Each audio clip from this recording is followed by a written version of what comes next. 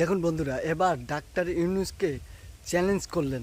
কি চ্যালেঞ্জ করলেন চলুন ভিডিওটা পুরোপুরি আমরা দেখি এবং অন্যকে দেখার জন্য শেয়ার করে দেব। তো চলুন। আমি ইউনূসকে আহ্বান করি, আসেন আমার সাথে নির্বাচন করেন, যে কোনো কনস্টিটুয়েন্সিতে আসেন, দেখি কে জিতে, কাকে জনগণ ভোট দেয়। আজকে নির্বাচন দিয়েছে, কেন আওয়ামী লীগ নির্বাচন করতে পারবে না? কেন আওয়ামী লীগে ভোট দিতে পারবে না? অবশ্যই আওয়ামী লীগকে নির্বাচন করতে দিতে হবে। আমরা নির্বাচন করতে চাই। হ্যাঁ, 2014 সালে বিএনপি ইলেকশন করে বয়কট করেছে, 2024 সালে তারা বয়কট করেছে, 2018 সালে একটা সিটে একের অধিক তারা নমিনেশন দিয়েছে। 300 সিটে যদি 700 নমিনেশন দেয়, তবে নিজেরা যা মারামারি করে নিজেই উদ্যোগ করেছে। এখানে আওয়ামী লীগের দোষটা কি? কিন্তু 18 সালে নির্বাচন নিয়ে সেটাকে বিতর্কিত করে, এটা তো ইউনূসের মেটিকুলাস ডিজাইনের অংশ। সব তথ্য বেরোচ্ছে এখন।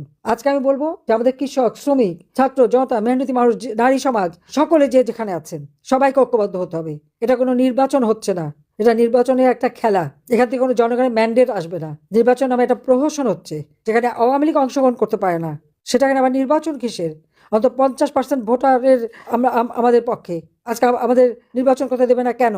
আমি ইউনূসকে আহ্বান করি, আসেন আমার সাথে নির্বাচন করেন, যে কোনো কনস্টিটুয়েন্সিতে আসেন, দেখি কে জিতে, কাকে জনগণ ভোট দেয়। তখন না বুঝতে পারবো। সেটা তো করতে পারবে না, সে সাহস নাই। কারণ রক্ত চোষা আর কেউ ভোট দেবে না, জানে তা ভালো করে। গরিবের রক্ত চুষে খেয়েছে তো, আর টাকা পাচার করে বিদেশে সম্পদের পাহাড় করেছে, বাংলাদেশে কোনোদিন এক টাকাও বিনিয়োগ করেনি। তো তার আবার কে ভোট দেবে? সেই জন্যই তো ভোট চুরি করে ক্ষমতা আসতে চাচ্ছে। এখন ক্ষমতা ডাকাতি করে নিয়েছে, আর ভোট চুরি করে তার অবৈধ ক্ষমতা বৈধ করার প্রচেষ্টা। আমি দেশের সকল মানুষকে আমি বলবো, আপনারা এইরকম অন্যায় অবিচার চলতে পারে না। অবশ্যই যারা আপনাদের পরিবারের উপর হামলা করেছে, আপনাদের উপর নির্যাতন করেছে, একদিন তার বিচার হবে। শুধু নাম ঠিকানাগুলি রেখে দেন, সব নাম ঠিকানাগুলি রেখে দেন, ভুলবেন না। এটার জন্য মনে থাকে আওয়ামী লীগের আবার নিয়ম আছে। আওয়ামী লীগ খুব উদার, যত মায়ের খাক গুতা খাক আবার ভুলে যায়। 2001-এ বিএনপির হাতে নির্যাতিত হয়ে পরে তো আর কেউ কোনো কিছু বলেনি। এবার আর ছাড়া নাই, ইনশাল্লাহ দিন ফিরে আসবে। বাংলাদেশের জয় একদিন হবেই, জনগণের জয় হবে। অবৈধভাবে ক্ষমতা দখলকারী ইউনূস, সে কিভাবে আওয়ামী লীগকে ব্যান করে? তার কি অধিকার আছে?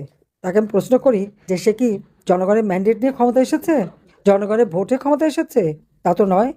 আর তারপরে আওয়ামী লীগকে ব্যান করে। তার কি কোনো অধিকার আছে আওয়ামী লীগকে ব্যান করার? তার কি কোনো অধিকার আছে যে আওয়ামী লীগের কেউ ভোট দিতে পারবে না বা নির্বাচনে অংশগ্রহণ করতে পারবে না? কেন পারবে না? সেটাই আমার প্রশ্ন। এই লাশের উপর পাড়া দিয়েই তো ডক্টর মোহাম্মদ ইউনূস ক্ষমতাটা দখল করেছে, এটা কারো ভুললে চলবে না। কোটা আন্দোলন, কোটা তো আমি বাতিল করে দিয়েছিলাম, কোটা তো ছিল না। তারপর ছাত্রদের সব দাবি মেনে নেওয়া হলো।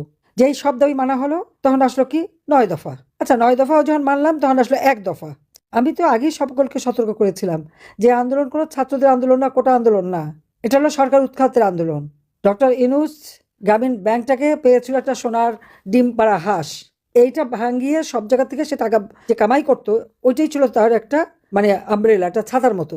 এটাকে ব্যবহার করে করে সেসব দেশে বিদেশে তার ভালো মানুষের একটা চেহারা দেখায় দেখায় সেখান থেকে টাকা কামাই করতো এবং অর্থ আত্মসাৎ করতো। তার যে অবৈধভাবে অর্থ উপার্জন, সেটা ঢাকা দিত ওইভাবেই, গ্রামীণ নাম ব্যবহার করে করে। ইউনূস ক্ষমতা আসতে না আসতেই প্রত্যেক কারাগারে যত জঙ্গি, সন্ত্রাসী, খুনি যারা জেলে ছিল, সবাইকে কিন্তু ছেড়ে দিয়েছে। প্রশাসনে আমরা দেখি যে সরকারি কর্মকর্তা, পুলিশ, সেনাবাহিনী, সশস্ত্র বাহিনীর সদস্য, সবার বিরুদ্ধে মামলা। আর আমরা আওয়ামী লীগের নেতা কর্মী, আমাদের সহযোগী সংগঠন মুক্তিযোদ্ধা পরিবার বা আমাদের 14 দলীয় নেতা, সবার বিরুদ্ধে মামলা হামলা দিয়ে তাদেরকে নানাভাবে নির্যাতন চালাচ্ছে। হ্যাঁ, আমার বিরুদ্ধে তো কি, আমি নাকি মানবাধিকার লঙ্ঘন করেছি। আজকে বাংলাদেশে যে প্রতিদিন হত্যা হচ্ছে, মানুষের জীবনমান কেড়ে নেওয়া হচ্ছে, দ্রব্যমূল্যের ঊর্ধ্বগতিতে মানুষ দিশেহারা, মানুষের ঘর বাড়ি জ্বালিয়ে পুড়িয়ে ছারখার করে দিচ্ছে, ওগুলো কি মানবতা রক্ষা করা? আজকে আমার 1.5 লক্ষর উপর নেতাকর্মীকে গ্রেপ্তার করেছে। এর মধ্যে অনেকে টাকা পয়সা কোনো মতো খরচ করে জামিন পেয়েছে, আবার কেউ যদি একটা জামিন পায় তাকে আরও 5টা মামলা দেয়। কাজে এর হাত থেকে দেশকে রক্ষা করতে হবে, মানুষকে রক্ষা করতে হবে। আমি জানি আমাদের নেতাকর্মীদের উপর যে অকথ্য অত্যাচার চলছে, যার জন্য মানুষ দিশেহারা। আমি তো দেশ ছেড়ে আসতে চাইনি। আমি ভেবেছিলাম ঠিক আছে, আমার বিরুদ্ধে এত আন্দোলন, আমি টুঙ্গিপাড়া চলে যাব। কিন্তু আমাকে তো একেবারে মানে আমি প্রধানমন্ত্রী হিসেবেই নিয়ে এসে আমাকে নিয়ে গেল। হ্যাঁ, আমি দেশে ফিরবো, নিশ্চয়ই ফিরবো। ইউনূস ভেবেছে কি 1 মাঘে শীত যায় না? আর আমি তো আছি, যত দূরেই থাকি আমার মনটা আপনাদের মাঝেই আছে। আপনারা ভালো থাকেন, সুস্থ থাকেন, দেখা হবে খুব শীঘ্রই। খোদা হাফিজ। জয় বাংলা, জয় বঙ্গবন্ধু।